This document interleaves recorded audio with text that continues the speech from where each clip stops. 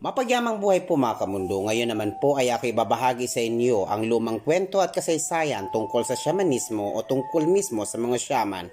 Ayon sa lumang kasaysayan, ang shamanismo ay isang pagsasanay na kinasasangkutan ng pag-abot sa mga nabagong estado ng kamalayan upang maengkwentro at makipag-ugnayan sa daigdig ng mga espiritu. Ang isang shaman ay ang tao na itinuturing na may paglapit at impluwensya sa daigdig ng mga mabuti at masasamang espiritu at tipikal na pumapasok sa isang katayuan ng pagkawala ng diwa habang isinasagawa ang isang ritual. Ito ay nagsasanay rin ng dibinasyon at panggagamot.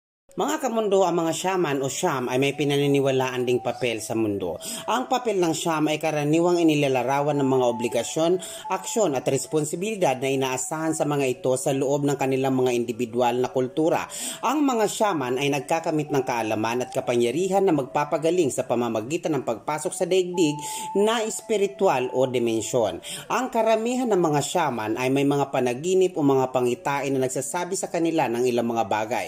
Ang shaman ay maaaring mayroon o nagkakamit ng maraming mga gabay na espiritu na kadalasang gumagabay sa kanila sa kanilang mga paglalakbay sa daigdig ng espiritu. Ang mga gabay na espiritu ay palaging nasa shaman, bagaman ang iba ay may engkwentro lamang kapag ang shaman ay nasa transiya. Ang gabay na espiritu ay nagbibigay enerhiya sa shaman na pumapayag dito na pumasok sa dimensyon ng espiritual. Ang mga shaman ay sinasabing nagpapagaling sa loob ng dimensyong espiritual sa pamamagitan ng pagbabalik ng mga nawawalang bahagi ng kaluluwa ng tao mula sa saan man o kung saan man nagtungo ito. Ang mga shaman ay gumaganap ng mga tagapamagitan sa kanilang kultura. Ang shaman ay sinasabing nakikipag-usap sa mga espiritu sa ngalan ng pamayanan kabilang ang mga espiritu ng mga namatay. Ang shaman ay pinaniniwalaang nakikipag-usap sa parehong nabubuhay at namatay upang pagginhawain ang kawalang katahimikan, mga hindi nalulutas na isyu at magkaloob ng mga regalo sa mga espiritu. Sa shamanismo, pinaniniwalaang ang bahagi ng kaluluwa ng tao ay malaya na lumisan sa katawan. Binabago ng mga shaman ng kanilang estado ng kamalayan na pumapayag sa malayang paglalakbay ng kanilang mga kaluluwa at kunin ang sinaunang karunungan at nawawalang kapangyarihan. Sa mga taong selkop, ang patong dagat ay isang hayop na espiritual dahil ang mga pato ay lumilipad sa hangin at sumisisid sa tubig. Kaya pinaniniwalaang ang mga pato ay kabilang sa parehong itaas at ilalim ng daigdig. Sa mga taong Siberian, ang mga katangiang ito ay tinuturo sa mga waterfowl. Sa maraming mga katutubong Amerikano, ang jaguar ay isang espiritong hayop dahil ang mga jaguar ay naglalakad sa lupa, lumalangoy sa tubig at umaakyat sa puno. Kaya ang mga jaguar ay sinasabing kabilang sa lahat ng tatlong mga daigdig ng himpapawid, lupa at ilalim ng daigdig. Ang mga shaman ay gumaganap ng iba't ibang mga tungkulin batay sa kanilang mga kultura. Kabilang dito ang panggagamot, pangunguna sa handog, pag-iingat ng tradisyon sa pamamagitan ng pagkikwento at mga awit, panghuhula at paggamit bilang isang psychopomp. May mga natatanging uri ng shaman na gumaganap ng mas espesyalisadong mga tungkulin. Halimbawa, sa mga taong nani, ang natatanging uri ng shaman ay gumaganap bilang isang psychopomp.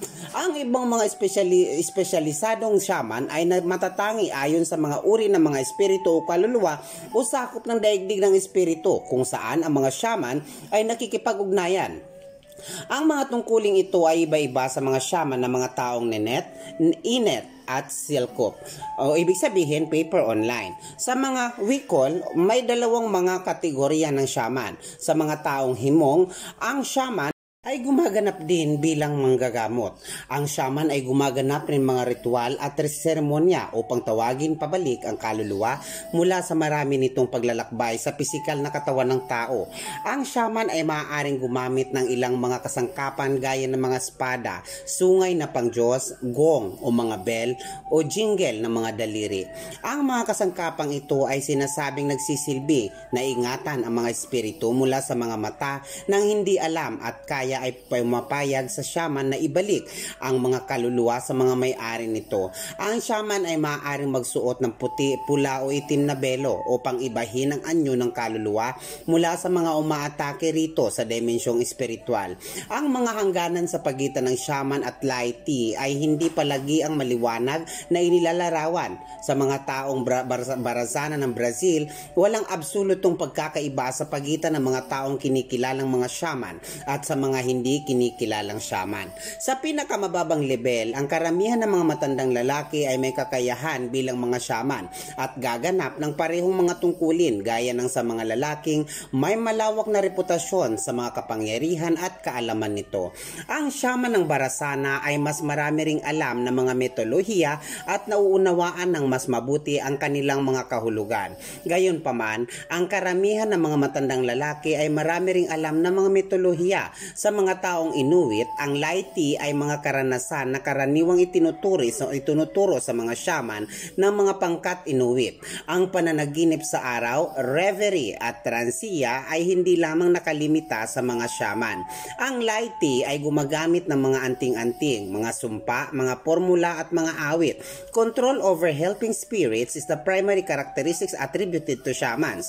Ang katulong ng isang shaman ng mga taong Oroquen na tinatawag na Har Dalanin o ikalawang espiritu ay alam ang maraming mga bagay tungkol sa mga nauugnay na paniniwala. Ito ay sumasama sa mga ritual at pinapakahulugan ng pag-aasal ng shaman. Sa kabila ng mga tungkulong ito, ang Har Dalanin ay hindi isang shaman. Narito naman po ang ilang bahagi ng pagsasanay tungkol sa shamanismo upang maging ganap na shaman. Entheogen. Ang entheogen na ang ibig sabihin ang Diyos ay nasa loob natin ay isang psikoaktibong substansya na ginagamit sa kontekstong relihiyoso, shamaniko o espiritual. Sa kasaysayan, ang mga entheogen ay karamihang hinango mula sa mga halaman at ginamit sa iba't ibang kontektong relihiyoso. Ang mga halimbawa nito ay kinabibilangan ng mga piyote, kabuting psilocybin, cannabis, ayahuasca, salvia divinorum, tavernant ibuya, epomia tricolor at amanita muscaria. Narito naman po ang ilan pang mga kasanayan: pagsasayaw, pag-aawit, ikaro o mga awiting medisina, vigil, pag-aayuno, sweat lodge, mga paghahanap ng pangitain, mariri, paglalaban ng espada o pagpapanday ng talim.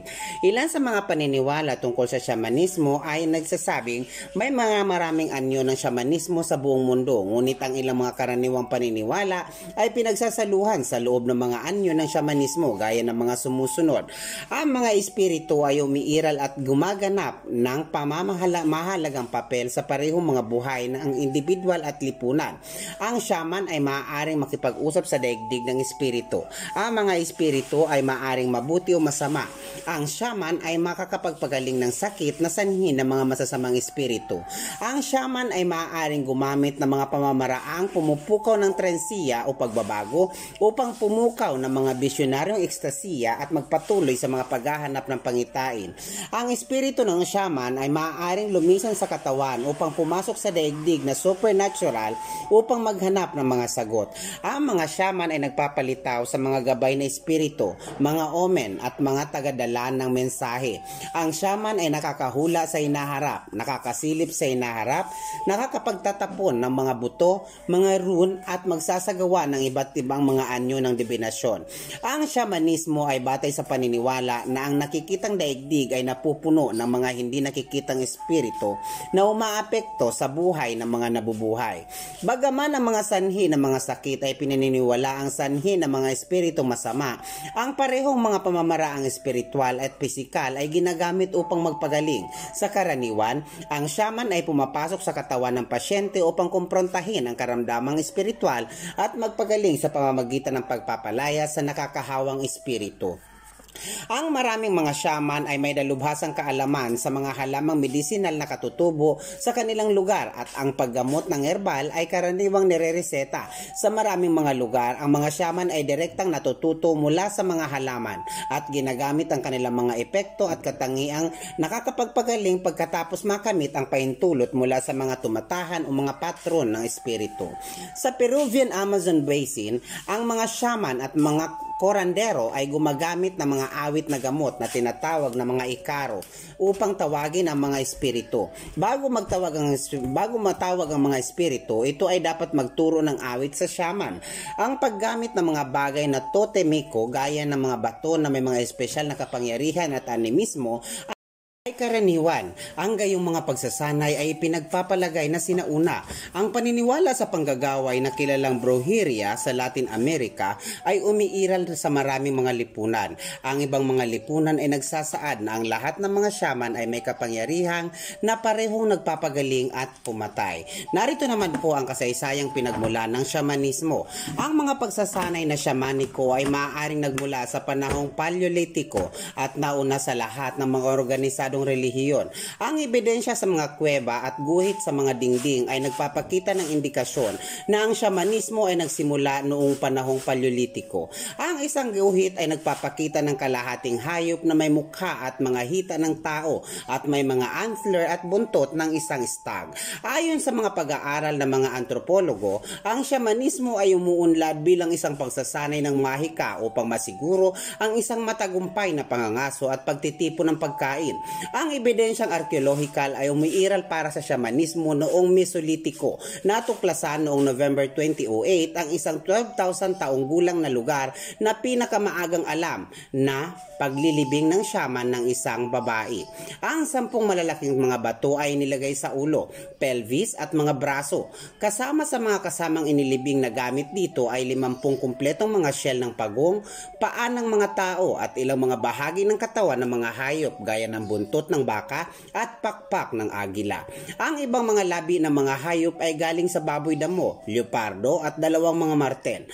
Ang kamakailang ebidensyang arkeolohikal ay nagmumungkahi na ang pinakamaagang alam ng mga shaman mula sa panahong itaas na Paleolitiko sa ngayong Czech Republic ay mga babae. Mga kamundo, lagi po nating tandaan na aking pong mga binahagi ay bahagi lamang po ng kasaysayan. Ito po ang Mundo at Karunungan na nagsasabing mahal ko po kayo. Maraming salamat po.